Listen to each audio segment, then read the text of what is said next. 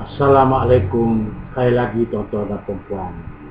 Saya daripada pergerakan penganalisis ahli-ahli siasat ataupun PPAS ataupun PAS singkatannya.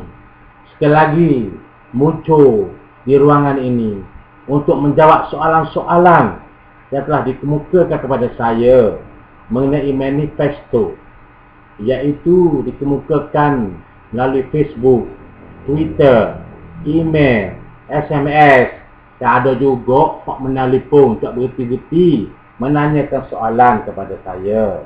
Apakah kerajaan negeri Kelantan yang telah memenangi pilihan raya 2008 yang lalu, malah sudah 23 tahun semenjak tahun 90 lagi mereka memenangi negeri Kelantan ini, apakah mereka telah menunaikan KPI, NKRA ataupun keberhasilan negeri, bidang keberhasilan negeri, dan apakah mereka telah menunaikan kontrak politik mereka dengan pengundi-pengundi yang mereka menawarkan syurga, menawarkan pahala dan berbagai-bagai lagi. Jadi siri yang lepas saya telah menjawab soalan mengenai NKRA Kerajaan Persekutuan. Pada kali ini saya akan menjawab soalan pihak kerajaan negeri pula. Tuan-tuan dan puan-puan, mengapakah risalah-risalah begini ya?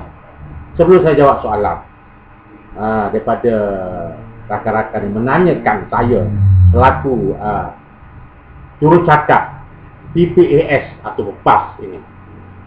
Yang pertamanya saya nak menunjukkan, membuktikan mengapa dikeluarkan berbagai-bagai risalah yang merupakan penentangan tidak puas hati terhadap kerajaan negeri Kelantan yang dipimpin oleh pihak kata rakyat atau PAS lah.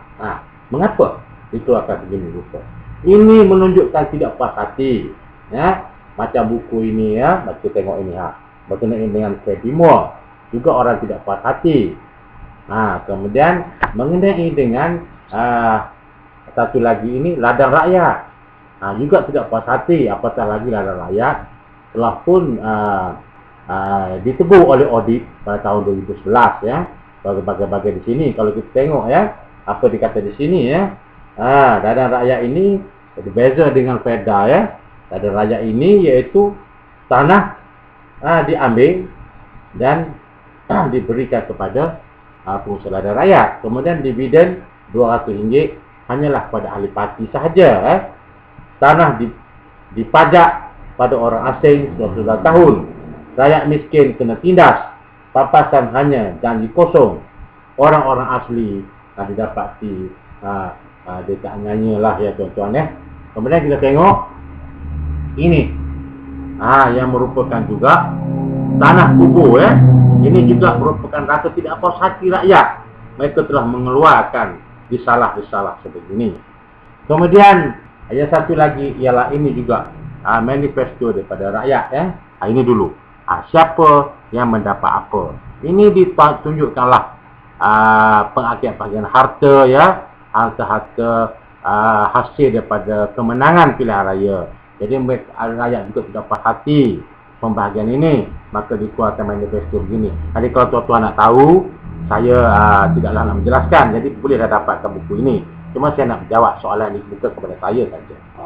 Kemudian ini yang paling hebat sekali ialah kepada siapakah tanah 10,526 ekar dianugerahkan, iaitu dikatakan 3N di sini. Tuan-tuan boleh baca sendirilah 3N tu apa ya. Yang akhir tu ngok pada juga. Nasib baik tak ngek. Macam-macam tuan-tuan ya. 3N di sini telah dipersoalkan. Jadi mengapa dikeluarkan semua ini? Termasuklah yang ini juga tuan-tuan ya. Kita tengok di sini. Rakyat diajar kejar syurga ya. Mengapakah buku-buku ini dikeluarkan? Ini menunjukkan bahawa rasa tidak sepuas hati pihak rakyat khususnya mereka yang telah membuat analisis berkenaan dengan tidak berhasilnya, tidak percayanya kerajaan negeri menunaikan janji. Umpamanya contohlah saya baca di sini tuan-tuan, ada lebih kurang 25 perkara di sini, mungkin tak nampak lebih saya bacakanlah tuan-tuan di sini Umpamanya di sini dikatakan pemberian RM100 pada setiap warga emas telah dijanjikan dalam manifesto ataupun di dalam ceramah-ceramah pilihan raya. Ada yang bertanya kepada saya, itu tak ada bertulis di mana-mana, cuma dicakap tuan-tuan dan puan-puan, seorang pemimpin, seorang yang mewakili partinya bercakap, bila dia bercakap itu bukan dasar, itu bukan manifesto, janji. Ini tuan-tuan berlain dengan saya.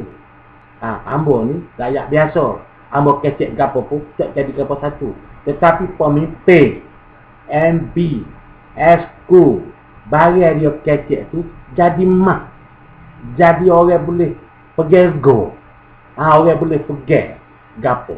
Jadi kalau pemimpin hok kecek dia tambah kecek saja ada gapo makna tak jadi pemimpin lah. Itu pemimpin bacu nama dia. Pemimpin tak tanggungjawab. Pemimpin hok tanggungjawab, apa yang dikata mesti dikota. Apa yang keluar dari mulut itu mak. Bukan ahli basi tu ada. Bukan ahli basi mak. Jadi apa ada besar di sini? Hapuskan cukai pintu dan bayaran parking. Rumah mampu milik kepada rakyat miskin di Kelantan. Ada juga dijanjikan ataupun diungkap di mana-mana lah. Contoh ini dipetik oleh pihak analisis Kemudian ada dia sediakan tapak rumah kepada penghuni miskin. Tapak rumah disediakan katalah. Jawatan kuasa hisbah nak isytiharkan harta wakil rakyat. Pun abang saya tak ada ni. Pemberian tanah 0.8 hektar kepada pesara tentera. Dijanjikan juga projek pelabuhan darat di Kuala Krai. Pelabuhan atas darat. Adalah batu dua butir batu asah.